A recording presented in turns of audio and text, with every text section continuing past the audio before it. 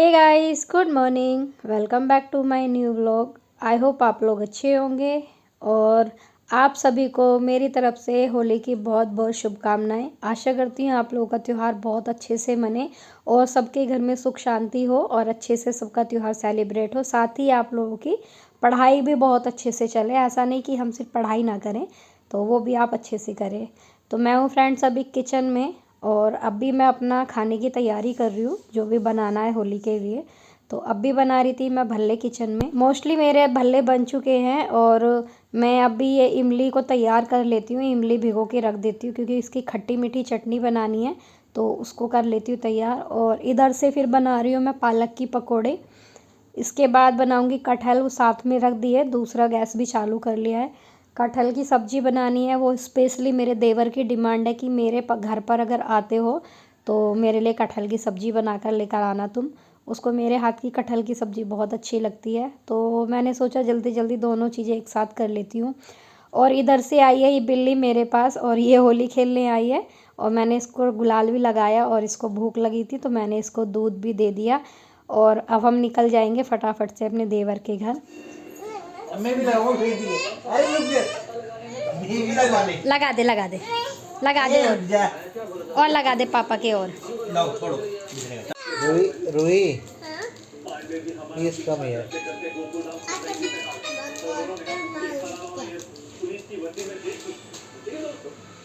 हाँ हाय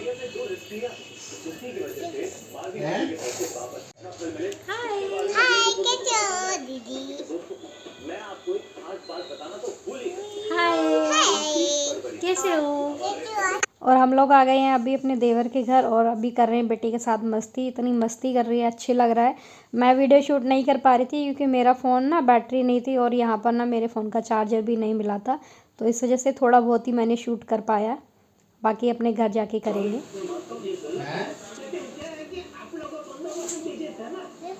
आप ही बता दो ना।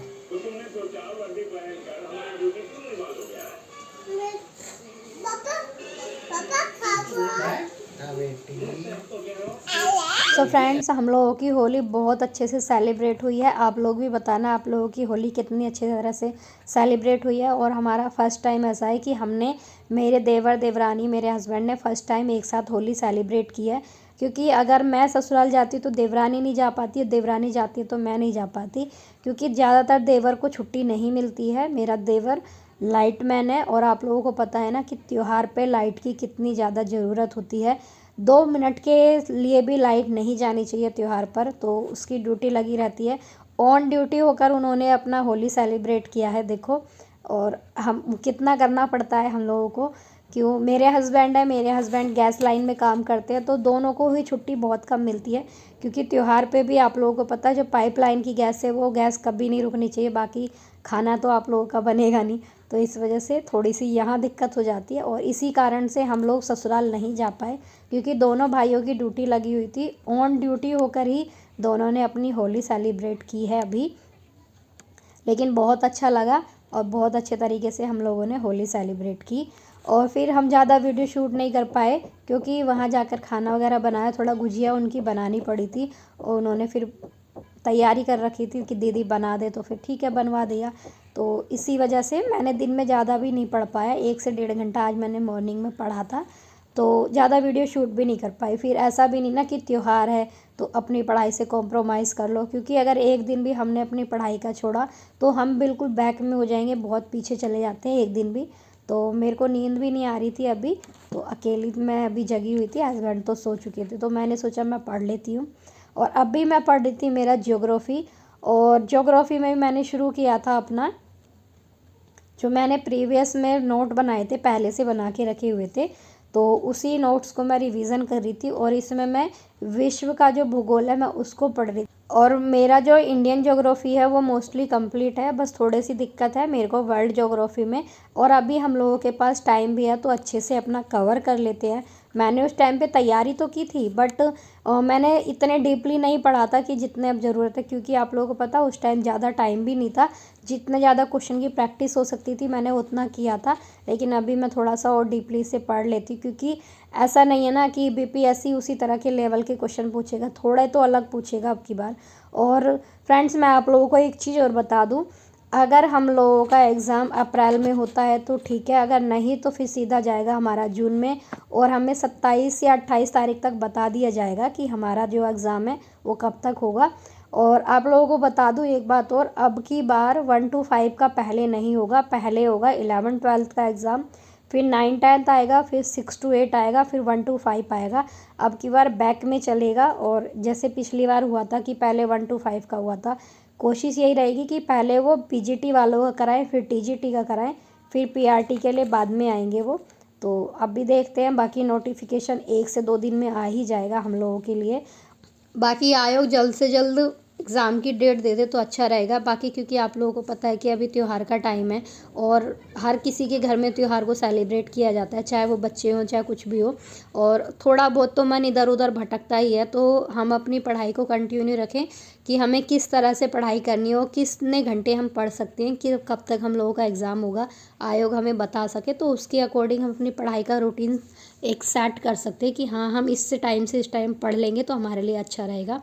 बाकी अपनी तैयारी तो हम लोगों को अच्छे से ही करनी है, और मैं तो फ्रेंड्स कर ही रही हूँ अभी। थोड़ा सा मेरी थोड़ी सी त्यौहार के चक्कर में ही पढ़ाई डिस्टर्ब हुई है, और ये हर हाउस वाइफ के साथ होता है। जो हाउस वाइफ है मैं उनको समझ सकती हूँ, ज़्यादातर लड़कियों के साथ और हाउस वाइफ के साथ ऐसा होता है, क्योंकि उन्हें त्यौहार भी मनाना होता है, और त्यौहार के लिए पूरे घर की साफ़ सफाई भी होती है, और आपका खाना भी होता है। तो उस चीज़ से टाइम निकाल पाना और फिर अपनी स्टडी कंटिन्यू कर पाना थोड़ा इम्पॉसिबल हो जाता है थोड़ा सा। बट हाँ हम लोग मैंने तो अपनी तरफ से बहुत ज़्यादा टाइम निकाल लिया अपने लिए, मैं अभी भी पढ़ रही हूँ अपना। बाकी अब एक दिन का त्यौहार था, ठीक है, हो गया। अब डेली अपनी पढ़ाई जो है वो कंटिन्यू रहेगी और अच्छे से करूँगी। और फ्रेंड्स मेरे पास एक कमेंट भी आया था कि दी आप अपने ससुराल नहीं जाते हो क्या, और आपने कब से अपनी पढ़ाई ये कंपटीशन के लिए तैयारी करनी शुरू की है।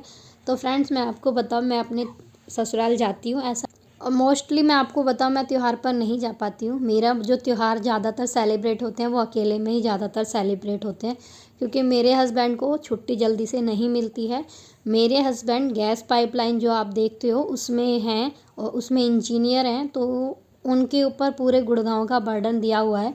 अगर कहीं पर दिक्कत होती है त्यौहार पर, आप लोगों को पता है ना गैस की आप लोगों को कितनी ज़रूरत होती है, तो पूरा गुड़गांव उनके अंडर में। अगर गैस की थोड़ी सी भी दिक्कत होती है तो मेरे हस्बैंड को तुरंत फ़ोन आ जाता है, और अगर हम लोग वहाँ पर जाते भी हैं तो मेरे हस्बैंड को अगर प्रॉब्लम आती है तो तुरंत वहाँ से निकलना पड़ता है। तो ना तो मैं सेलिब्रेट कर पाती हूँ त्यौहार, ना ही मेरे हस्बैंड सेलिब्रेट कर पाते हैं। तो मेरे जो इन लॉस है वो ज़्यादातर यही बोलते हैं, कोई बात नहीं, अगर नहीं आ पा रहे हो तो दोनों एक साथ मिलकर अपना सेलिब्रेट कर लो, अच्छे से कर लो, लड़ाई झगड़ा मत करना आने के लिए या नहीं आने के लिए। तो उन लोगों को भी पता है कि थोड़ी सी प्रॉब्लम है, बच्चों के साथ नहीं मिलती छुट्टी, क्योंकि ऐसा नहीं है ना कि हमारे पास अदर ऑप्शन है, चलो ठीक है आपकी जॉब है या मेरी जॉब, कोई दिक्कत नहीं है अगर नहीं जाऊंगा तो। और मैं अब भी स्टडी ही कर रही हूँ, मेरे हस्बैंड जॉब करते हैं, तो इस वजह से फ़र्स्ट प्रायोरिटी हमारी जॉब है, क्योंकि उसके बिना हम लोग कुछ नहीं कर पाएंगे अभी। तो इसी वजह से मैं ज़्यादातर त्यौहार यहीं पर ही सेलिब्रेट करती हूँ। और बाकी टाइम अगर मेरे को हस्बैंड को छुट्टी मिलती है 2 से 3 दिन की, तो हम लोग वैसे घूम कर आ जाते हैं अपने घर पर, ससुराल में। मैं मेरे घर भी नहीं जाती हूँ मोस्टली, ऐसा भी नहीं कि मैं मेरे घर जाती हूँ, वहाँ भी मेरे को टाइम नहीं मिल पाता है जाने के लिए।